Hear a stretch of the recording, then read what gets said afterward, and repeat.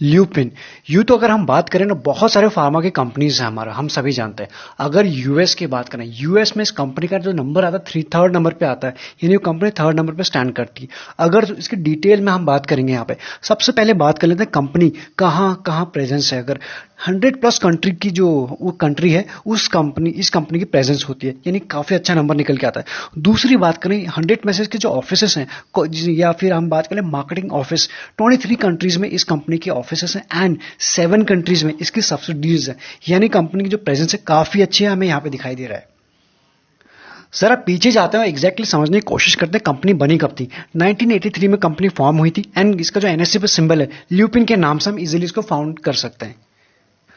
अब जरा डिटेल में जाने की कोशिश करें ना, आपके सामने एक नंबर है 52 वीक लो और 52 वीक हाई, यानी यहां पे तो हमें चीजें बिल्कुल ही आसान समझ में आ रही, लेकिन एग्जैक्टली कहानी हुई ना इस लो से इस हाई तक जाने में, एग्जैक्टली क्या क्या चीजें हुई हैं, हर एक न्यूज को कवर करेंगे। चार्ट क्या हुआ, किस तरह से चार्ट बना, क्या मैनेजमेंट की कमेंट्री निकल के कैसे रहे रिजल्ट, हर एक चीज को कवर करेंगे। बने रहिए इस वीडियो में।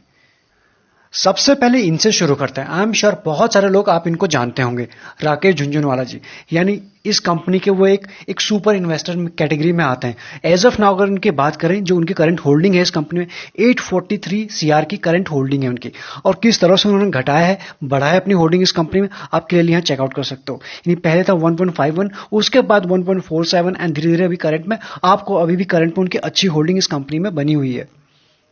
बाकी चीजों को शुरू करें, रीसेंट से शुरू करते हैं। हमने एक एक चीज करके देख रहे हैं रीसेंट का जो न्यूज क्या निकल गया। पिछले वीक की न्यूज है, आज की नहीं है, लेकिन इंपॉर्टेंट है हमारे लिए।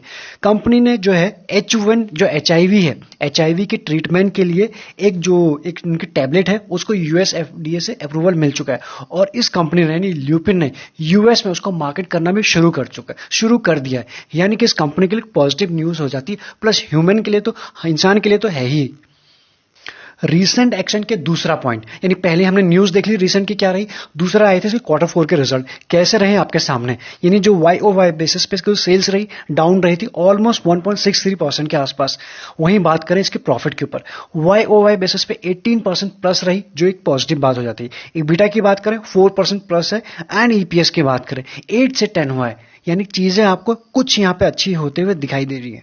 Q4 को थोड़ा डीप में और समझने की कोशिश करते हैं। आप ये अलग ग्राफ देख सकते हो, यानी कि इंडिया पे ये जो आपके सामने जो चार्ट लगा है ये सेल्स का है, YOY बेसिस पे कैसी रही है Q4 की। यानी इंडिया लेवल की बात करें तो 8% प्लस में आई है, एंड नॉर्थ अमेरिका से बात करें वहां माइनस में 5% के आसपास। ओवरऑल हमने देखा था Q4 में डाउन था, यहाँ पर भी आप देख सकते हो 1% के आसपास डाउन है।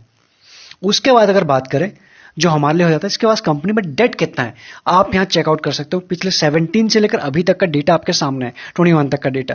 यानी पहले था इसके पास 0.38 डेट था, उसके बाद बीच में बढ़ा था, एंड धीरे धीरे कंपनी अपना जो डेट है उसको कम कर रही है, जो हमारे लिए बड़ी अच्छी बात हो जाती है। एज ऑफ नाउ 0.05 है, ऑलमोस्ट डेट फ्री हो चुके, हमारे लिए टेंशन लेने की जरूरत अब नहीं है। अब जब नंबर की बात हो ही रही है तो इसका रेवेन्यू का भी ब्रेकअप देख लेते हैं। इसका पास रेवेन्यू आता कहां से है, जिसका मेजर पार्ट जो आता है यूएस से आता है, हमने बात किया। जैसे कि हमने शुरू में ही बोला था कि ल्यूपिन जो है थर्ड लार्जेस्ट कंपनी है यूएस की, जहां से इसका अच्छा प्रॉफिट आता है।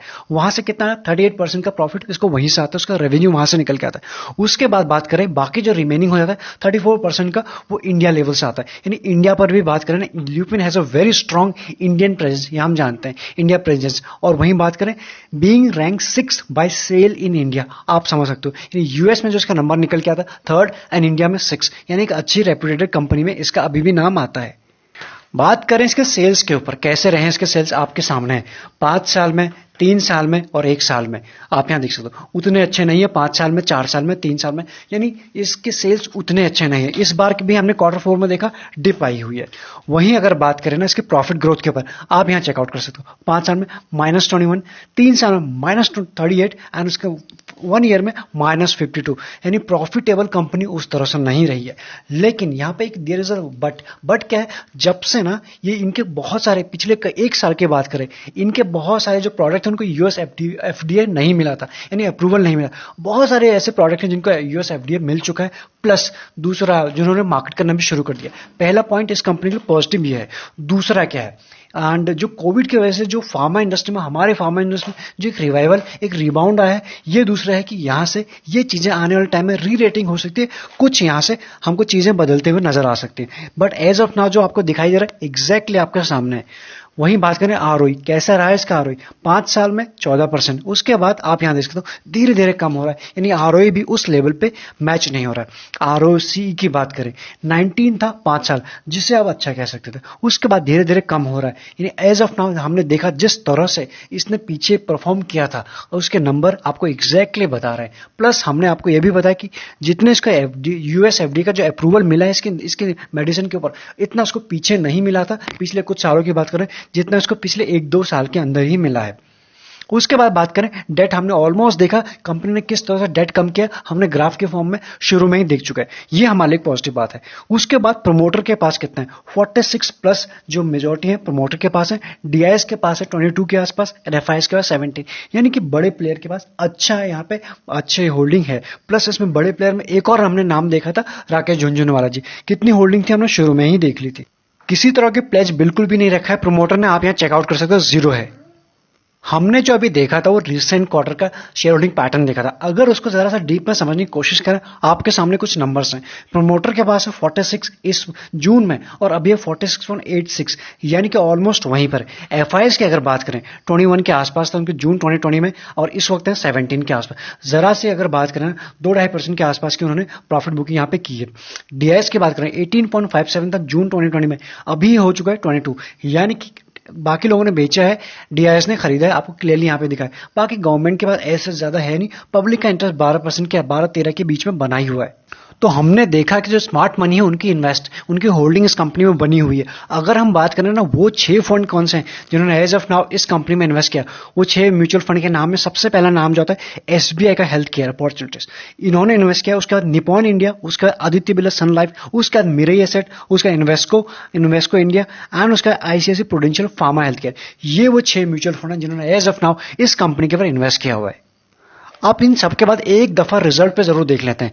जून 2020 से जो मार्च 21 तक, यानी पिछले 4 क्वार्टर का डेटा आपके सामने है। सबसे पहले हम ध्यान लगाएंगे ऑपरेटिंग प्रॉफिट के ऊपर। 488 था, उसके बाद 581, यानी जंप हुआ ऑपरेटिंग प्रॉफिट में 779, एंड उसके बाद जो इस क्वार्टर है उसमें आपको एक डिप नजर आ रही है। चलिए उसके बाद बात करें नेट प्रॉफिट की, 107, 211 सीआर, 438 एंड 460, यानी कि आपको नेट प्रॉफिट बढ़ते हुए नजर आ रहा है क्वार्टरली बेसिस पे। ईयरली बेसिस पे कंपनी ने कैसा परफॉर्म किया हम रेशियोज के फॉर्म में तो जान चुके हैं। अगर हम यहां पर देखने की कोशिश करें, नेट प्रॉफिट आपके सामने आखिरी में आप देख सकते 251 था इसका 18 में, एंड उसके बाद 607, एक अच्छा जंप आया 19 में।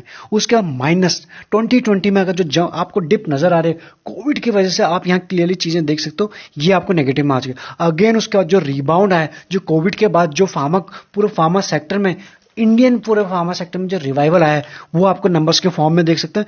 जैसे नंबर इन्होंने पिछले 4 सालों में नहीं पोस्ट किए थे, वो आपको 2021 में आते हुए दिखाई दे रहे हैं। इन सब के बाद अगर एनालिस्ट की सुने तो 46% एज ऑफ नाउ इस कंपनी के ऊपर बुलिश है। हमें तो करनी अच्छे से रिसर्च, उसके बाद ही कोई डिसीजन लेना है। बात करें कैसा रिटर्न दिया, आपके सामने है। ये शेयर का प्राइस कभी आप देखिए 0.47 था, नॉट इवन 50 पैसा उस टाइम चलता था। आज तो 50 पैसा चलता भी नहीं है, जिस टाइम उसका दाम था। और आज आप देख सकते हो कहां इसके प्राइस पहुंच चुके। इसने जो हाई लगाया था 2000 प्लस का हाई लगाया था, अभी आपको मिला ऑलमोस्ट वहां से 50% करेक्शन पे, यानी 1100 के आसपास प्लस दूसरी चीज हमारे लिए क्या है, अगर आपको ये रिटर्न का ग्राफ देख पाएंगे यहां पर, ये अभी भी अपने जो हाई है ना उससे कहीं दूर है, यानी इसमें पोटेंशियल काफी बचा हुआ है। इसीलिए जो हमने स्मार्ट मनी को देखा, इसमें इन्वेस्ट करते हुए देखा, फिर चाहे वो राकेश झुनझुनवाला जी हो या हो एफआईएस एंड डीआईएस का मोटा पैसा। इन सब के बाद अगर एक नजर इसके वैल्यूएशन के ऊपर डालें, आप यहां चेकआउट कर सकते हो। यानी इंडस्ट्री पीच है 38 के आसपास, ये आपको 41, यानी बहुत ज्यादा महंगा आपको नहीं मिल रहा है। अगर इसके चार्ट पे नजर डालेंगे तब हमें एग्जैक्टली समझ में आ जाएगा कि इसमें मोमेंटम क्या चल रहा है। वहीं बात करें ईपीएस की 27 है, इसे आप अच्छा कह सकते हैं। वहीं डिलीवरी की बात करें, आज के दिन जो डिलीवरी हुई है 30% प्लस हुई है, जो आप ओके या फिर अच्छे की कैटेगरी में इसको डाल सकते हैं। वहीं डिविडेंड यील्ड की बात करें, उतना ज्यादा अच्छा नहीं है, 0.56 है इसका डिविडेंड यील्ड। अगर 1 से प्लस हो तो बहुत ज्यादा अच्छी बात हो जाती है।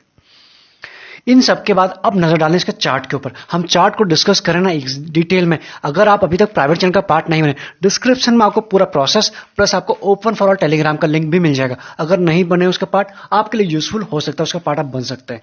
प्राइवेट चैनल पर हम अपने पर्सनल ट्रेड भी शेयर करते हैं, प्लस कुछ एडिशनल सिखाने की कोशिश भी करते हैं।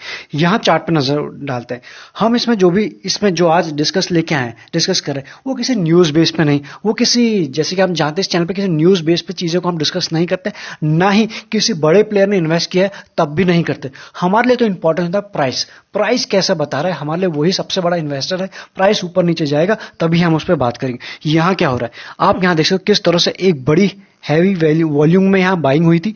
प्राइस बड़ा ही अच्छे मोमेंटम पे गया था, यानी बड़ी अच्छी कोई न्यूज यहाँ आई थी, आप यहाँ क्लियरली समझ सकते हो। यानी चार्ट दिखा दो, हम बता सकते हैं, या फिर एक्सपीरियंस है आप बता सकते हो कि कुछ ना कुछ बड़ा यहाँ पे कोई बड़ी न्यूज थी, फिर चाहे वो क्वार्टरली रिजल्ट हो, फिर चाहे कोई दवा को इनको यूएस एफडीए से अप्रूवल मिल चुका है।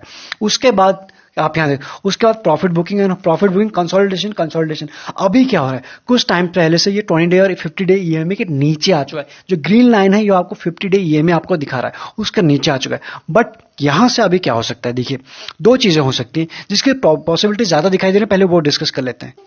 आज की जो न्यूज थी, उस न्यूज के बेसिस पे शेयर 1% ऊपर गया था। न्यूज हमने देखा था कि जो इनका एचआईवी है, उसको ट्रीटमेंट के लिए यूएस एफडीए में मिल चुका है और उसको यूएस में इन्होंने मार्केट करना भी शुरू कर दिया। उसके बेसिस पे 1% का इसमें जंप देखा गया एंड जिसने टच किया था 50 डे ईएमए को टच किया, अगेन जो हमारे लिए इंपॉर्टेंट हो जाता है। अगर इसको ये ब्रेक करके सस्टेन करता है तो डेफिनेटली हमें इसमें अपमूव देखी जा सकती, बट एज सच नाउ ना ये अपने किसी इंपॉर्टेंट सपोर्ट के आसपास बिल्कुल भी नहीं है, यानी बीच में ट्रेवल कर रहा है। इसके लिए जो इंपॉर्टेंट सपोर्ट और जो इसका बेस्ट बाय हो जाता है वो होगा 1100 के आसपास। अगर इसके सपोर्ट की बात करें प्राइस एक्शन के बेसिस पे, दिस रेंज की बात करें, ये जो रेंज है ना 1100 के आसपास, वही इसका 100 डे ईएमए भी निकल के आ रहा है। यानी अगर वो रेंज पे मिल जाता है एक बेस्ट लेवल हो जाता है, अदरवाइज वहां नहीं जाता। जबकि बहुत बार ऐसा देखा गया जब बुलिश मार्केट होती है, जैसे आजकल है बुल मार्केट होती है, उस टाइम बहुत सारे बहुत सारे शेयर होते हैं अपने सपोर्ट से थोड़ा सा पहले ही घूम जाते हैं, ये भी देखा गया है। इसलिए इसमें पिछले 2-3 दिनों से कुछ एक्शन ऐसा हो, लेकिन अभी कोई भी चीजें कंफर्म नहीं हुई है। जैसे कि हम बता रहे हैं, अभी ये ना ही अपने सपोर्ट के आसपास है, ना ही किसी इंपॉर्टेंट रेजिस्टेंस के ऊपर गया है, यानी कि बीच में एक हवा में टहल रहा है। तो इसके लिए हमें या तो इसको इंपॉर्टेंट रेजिस्टेंस के ऊपर निकलने देते हैं, जहां पे आज की क्लोजिंग है, इसके ऊपर जो ग्रीन लाइन है, रफली बात करें 1163 1165 के आसपास, इसके ऊपर क्लोजिंग होता है, फिर उसको रेजिस्टेंस इमीडिएट बेसिस पे मिलेगा अगेन 1195 यानी 1200 के आसपास। ये दो लेवल आपको आते हुए दिखाई देंगे। अदरवाइज नीचे के लेवल हम जानते हैं 1100 का लेवल, अभी ये बीच में, इसके ऊपर एक क्लोजिंग देगा तो आपको अच्छे मोमेंटम दिखाई दे सकता है। ये हमने देख लिया इसको वनडे के बेसिस। अब आपके सामने एक चीज है, जब हमने इसका रिटर्न प्रोफाइल देखा था, इस चार्ट के ऊपर की हम बात कर रहे हैं, आप यहां देख सकते हो किस तरह से इसमें पहले जो एक बुल रन आया हुआ था या फिर इसने जो अपमूव दिखाया था यहां तक, उसके बाद जो करेक्शन है बड़े ही लंबे टाइम से, सिर्फ इसी शेयर में नहीं, बहुत सारे फार्मा के स्टॉक हैं बड़े लंबे टाइम से चले ही नहीं थे, अब जाके इसमें रिबाउंड आया। अभी आप देख सकते जरा सा हाफ में, तो जितने भी हमने बड़े बड़े इन्वेस्टर देखे वो सब इसी चीज के लिए होल्ड करके बैठे हुए हैं कि एटलीस्ट इसको यहां आज नहीं तो ये कल जाएगा। और डेफिनेटली जो बड़े इन्वेस्टर होते हैं वो हमारे और आपकी तरफ 5-10% या फिर एक महीने के लिए ट्रेड नहीं करते, वो थोड़े लंबे समय के लिए करते हैं। तो डेफिनेटली उनका जो टाइम या फिर टाइम हॉराइजन रहेगा, गोल रहेगा, इस टारगेट के लिए हो सकता है। तो अभी भी इसमें पोटेंशियल काफी बचा हुआ है, प्लस कोविड की वजह से, प्लस चाइना टेंशन की वजह से, प्लस बाकी चीजों की वजह से हमारी जो फार्मा को एक्स्ट्रा बूस्ट तो मिला ही है, इसलिए इसमें पोटेंशियल यहां से नजर आता है। तो बाकी हमारी इंडिविजुअल राय हो सकती है, करंट लेवल की क्या हो सकता है प्राइस, वो भी हमने देख लिया, किस लेवल पे हमें ऊपर की तरफ बाइंग करनी चाहिए या फिर सपोर्ट पे, वो भी हमने डिस्कस कर लिया। बाकी आप एक बार इसमें अच्छे से अपनी रिसर्च कर लीजिए, उसके बाद ही कोई फाइनल डिसीजन बनाइएगा। चलिए इस वीडियो में इतना ही, तब तक आप चैनल को सब्सक्राइब कर सकते हैं फॉर रेगुलर अपडेट के लिए। वीडियो अच्छा लगता है तो लाइक कर सकते हैं, हमें अच्छा लगेगा। Thank you so much. Otherwise सब कुछ डिस्क्रिप्शन में तो मिल ही जाएगा आपको।